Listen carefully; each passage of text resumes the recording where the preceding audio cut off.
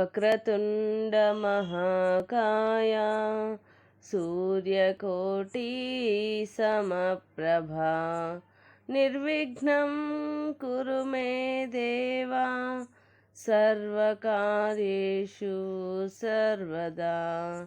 గురుబ్రహ్మా గురుర్విష్ణుః గురుర్దేవో మహేశ్వరః గురుః సాక్షాత్ పరబ్రహ్మ తస్మై శ్రీ గురవే నమః.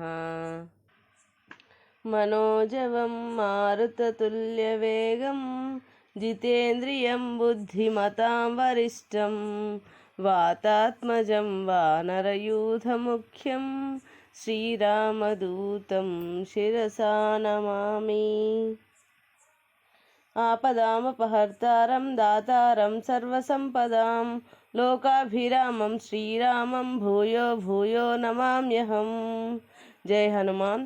శ్రీ సీతారామాభ్యాం నమః. శ్రీమద్ వాల్మీకి రామాయణము సుందరకాండము 26వ సర్గము. సీత దైన్యముతో విలపించుట, ప్రాణములను విడుచుటకు నిశ్చయించుకొనుట. సరళ స్వభావ అయిన జానకి ఇట్లు పలుకుచు అధోముఖి అయి నిరంతరము కన్నీరుగార్చుచు విలపింపసాగెను. ఉన్మత్తురాలి వలె మత్తెక్కిన దాని వలె చిత్తభ్రమకు లోనైన దాని వలె శోకించుచు ఆడుగుర్రపు పిల్ల వలె నేలపై పడి దొర్లసాగెను.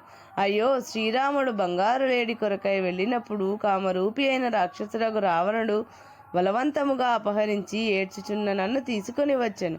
రాక్షస స్త్రీలు నన్ను తమ అదుపులో ఉంచుకొని మిక్కిలి దారుణముగా బెదిరించుచున్నారు. దుఃఖములలో మునిగి ఉన్న నాకు చింతా వ్యాకులమైన ఈ జీవితముపై ఏమాత్రమూ ఆశ లేదు. మహాయోధుడైన నా ప్రాణనాథునకు దూరముగా ఈ రాకాసి మూకల మధ్య చిక్కుపడి ఉన్న నాకు సంపదలెందుకు, భూషణములెందుకు? కడకు ఈ స్థితిలో నేను జీవించుట ఎందులకు? నా గుండె నిజముగా ఒక ఇనుప ముద్ద, దీనికి జరామరణములు లేవు. అట్లు కానిచో ఇంతటి దుఃఖమునకు గురి అయి కూడా ఇది ఏల బ్రద్దలుగా కొన్నది. శ్రీరామునకు దూరమైన ఈ జీవితము నిజముగా నికృష్టమైనది. దానిని క్షణమైనను కొనసాగించుట యుక్తము కాదు. అయినను దీనిని రక్షించుకొనుచున్నాననగా ఛీ, నేను ఎంతటి అనార్యను, దుష్టురాలను. సముద్రములే ఎల్లలుగా కల ఈ వసుధకు ప్రభువు నా భర్త. అతడు ప్రియభాషి. అట్టి ప్రాణప్రియునకు దూరమైన నాకు సుఖములపై గాని జీవితముపై గాని ఆసక్తి ఎందులకు? ఈ రాక్షస స్త్రీలు నా శరీరమును ముక్కలు ముక్కలు గావించినను తినివేసినను నాకు సమ్మతమే. దీనిని త్యజించుటకు నేను సిద్ధముగా ఉన్నాను. ప్రియునకు దూరముగా అంతులేని ఈ దుఃఖములను ఇంకా ఎంతమాత్రమూ సహింపజాలను. నికృష్టుడైన ఆ నిశాచరుణ్ణి నేను ఎడమకాలితోనైనను తాకను. ఇంకా రావణుని కోరుకొనుట కూడానా? కపట స్వభావముతో నా కొరకై ప్రాధేయపడుచున్న ఆ రావణుడు తానేమిటో తన వంశమెట్టిదో కూడా ఎరుగకున్నాడు. నేను వానిని తిరస్కరించుచున్నాననియూ తెలియలేకున్నాడు. ఓ రక్కసులారా, మీరు నన్ను నిలువునా చీల్చినను, కొట్టి చంపినను, ఏ కీలున కాకీలు వేరు గావించినను, మంటలలో కాల్చివేసినను నేను మాత్రము ఆ రావణుని దరిచేరను. మీరు ఇట్లు అహర్నిశలు ప్రేలుచుండుట వ్యర్థము. శ్రీరాముడు శత్రువుల చేతను ప్రశంసింపబడువాడు. ఇతరుల దోషములను కూడా గుణములుగా భావించువాడు. ఆశ్రితులు నర్చిన స్వల్ప కార్యములైనను గొప్పగా తలంచువాడు. తనను నమ్ముకొనిన వారికి చిన్న కష్టము కలిగినను దానిని తొలగించుటకే ఆరాటపడుచుండువాడు. అనుక్షణము తన భక్తుల యోగక్షేములను వహించుచుండువాడు. ఆయనను నాపై జాలి చూపుటలేదు. ఇది నా దురదృష్టము. రాముడు తానొక్కడే దండకారణ్యమునందు 14,000 మంది రాక్షసులను తుదముట్టించెను. అట్టి మహానుభావుడు నన్నెందుకు ఆదుకొనటలేదు? అల్పవీరుడైన రాక్షసుడగు రావణునిచే నేను బంధింపబడి తిని. రణరంగమున ఈ తుచ్చ రావణుని హతమార్చుటకు నా భర్త ఎంతయూ సమర్థుడు గదా. శ్రీరాముడు దండకారణ్యమున విరాధుడను ప్రముఖ రాక్షసుని యుద్ధమున రూపుమాపెను. అట్టి మహావీరుడు నన్నేల రక్షింపరాడు? అపారమైన సముద్ర మధ్యమున గల ఈ లంకలో ప్రవేశించుట ఎట్టి వారికిని అసాధ్యము. అది నిజమే కావచ్చును. అయినను రాఘవుని బాణముల గమనమును ఆపుటకు ఎవరికినీ శక్యము కాదు కదా. తిరుగులేని పరాక్రమశాలి అయిన శ్రీరామునకు నేను భార్యను, ప్రాణప్రియను. అట్టి నన్ను రాక్షసుడు అపహరింపగా రక్షింపరాకుండుటకు ఏల కారణమేమో. నేను ఇచ్చట ఉన్న విషయము లక్ష్మణాగ్రజునకు తెలియదేమో అని తలంతును. తెలిసియున్నచో ఈ అవమానమును తేజోమూర్తి అయిన ఆ స్వామి సహించునా? ఎట్టి పరిస్థితులలోనూ సహింపడు. శ్రీరాముని కడకు వెళ్ళి సీతాదేవి రావణునిచే అపహరింపబడినది అనే వార్తను తెలుపుటకు అవకాశం ఉన్నవాడు గృధ్రరాజైన జటాయువు మాత్రమే. కానీ అతడు కూడా రావణునిచే యుద్ధమును నిహతుడయ్యను. జటాయువు వృద్ధుడైనను నన్ను రక్షించుటకై ద్వంద్వ యుద్ధమున రావణుని ఎదుర్కొనెను. అతడు చేసినది ఒక మహత్కార్యము, అది శ్లాఘనీయము. నేను ఈ లంకలో ఉన్న విషయమును శ్రీరాముడు ఎరిగియే ఉన్నచో ఆ ప్రభువు మిక్కిలి క్రుద్ధుడై తన బాణములచే ఈ లోకమున ఒక్క రాక్షసుడు కూడా మిగిలి ఉండకుండా చేయును. అంతేకాదు ఈ లంకను ఊదివేయును, ఈ మహాసముద్రముని ఇంకింపజేయును, ఈ నీచ రావణుని నామరూపములు సైతము లేకుండా చేయును. ఇప్పుడు నేను ఏడ్చుచున్నట్లే త్వరలో లంకలో ప్రతి గృహమునందును అనాథలైన రాక్షస స్త్రీలు కుమిలి కుమిలి ఏడ్చుట తథ్యము. ఇందుకు సందేహము లేదు. రామ లక్ష్మణులు ఇరువురును రాక్షసుల లంకను గాలించి శత్రువులను వధింతురు. వారి కంటబడిన శత్రువు ఎవరైనను క్షణకాలము కూడా ప్రాణములతో మిగులడు. త్వరలో ఈ లంకలోని వీధులయందంతటను చితుల పొగలు కమ్ముకొనును. గ్రద్దలు గుంపులు గుంపులుగా తిరుగాడును. ఇది వల్లకాడుగా మారును. కొలది కాలములోనే నా మనోరథము ఈడేరి తీరును. మీ ఈ దుర్మార్గ ధోరణి మీ అందరికీ కలుగబో కీడును సూచించుచున్నది. ఈ లంకలో కనబడుచున్న అపశకునములను బట్టి దగదగలాడుచున్న ఈ లంక త్వరలోనే పాడుబడిపోవుట తథ్యమనిపించుచున్నది. మహాపాపియు రాక్షసాధముడు అయిన రావణుడు మరణించిన వెంటనే ఇప్పటి వరకు దుర్భేద్యముగానున్న లంక భర్తను కోల్పోయిన స్త్రీ వలె కళాహీనయగును. ఇది తథ్యము. ఇచ్చటి రాక్షసులతో కూడా ప్రభువైన రావణుడు మృతి చెందగా ఈ లంకలో రాక్షస స్త్రీలు మాత్రమే మిగులుదురు. అప్పుడు లంక వైధవ్యమును పొందిన స్త్రీ వలె శుభకార్యములకు నోచుకొనదు.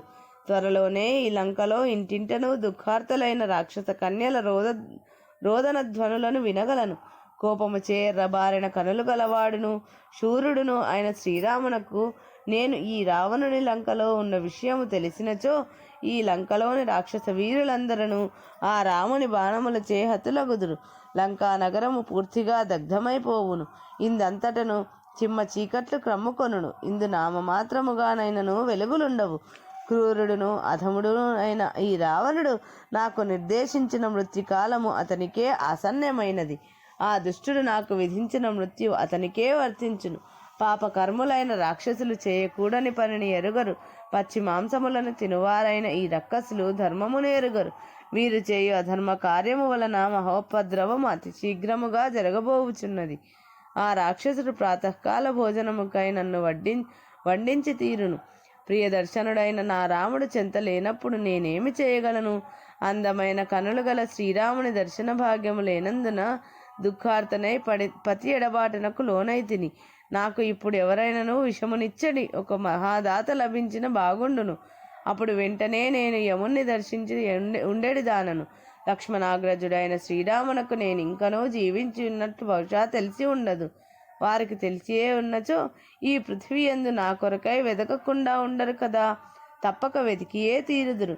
లక్ష్మణుని అన్నయ్యైన వీరుడగు ఆ రాముడు నా విరహ బాధతోనే తన తనువుని ఈ భూలోకమునందే వీడి దేవలోకమునకు తప్పక చేరి ఉండవచ్చును. దేవలోకముననున్న దేవతలు, గంధర్వులు, సిద్ధులు, మహర్షులు మున్నగు వారందరూ రాజీవలోచనుడైన నా రామచంద్ర ప్రభువును దర్శించి ధన్యులయ్యెదరు. ఆ రామచంద్ర ప్రభువు ధర్మైక దృష్టి గలవాడు, జ్ఞాననిధి. అంతేకాదు అతడు రాజర్షి, వస్తుతః పరమాత్ముడు. అట్టి మహానుభావునకు భార్యనైన నాతో పని ఏమి? సాధారణముగా లోకములో జనులకు ఎదుటనున్న వారి ఎడనే ప్రేమ సౌహార్దము నిలిచి ఉండును. కనబడిన వారిపై ప్రేమ సన్నగిలును. ఇది కృతజ్ఞుల లక్షణము.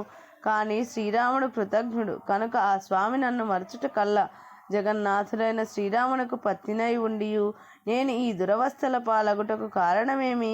నాలో సద్గుణములు ఏమీనూ లేవా? లేక నా అదృష్టమే అడుగంటినదా? నా రాముడు ఉదాత్త చరిత్రుడు, శత్రువులను నిర్మూలించుటలో ఏకైక వీరుడు. అతడు మహాత్ముడు. అట్టి నా ప్రభువునకు దూరముగా ఉండి జీవించి ఉండుట కంటెను ఈ తనువును త్యజించుటయే మేలు. అథవా మహాపురుషులైన ఆ సోదరులిరువురును అస్త్రశస్త్రములను ప్రక్కన పెట్టి వనముల యందు కందమూలములను భక్షించుచు మునివృత్తిని అవలంబించి ఉన్నారా ఏమి?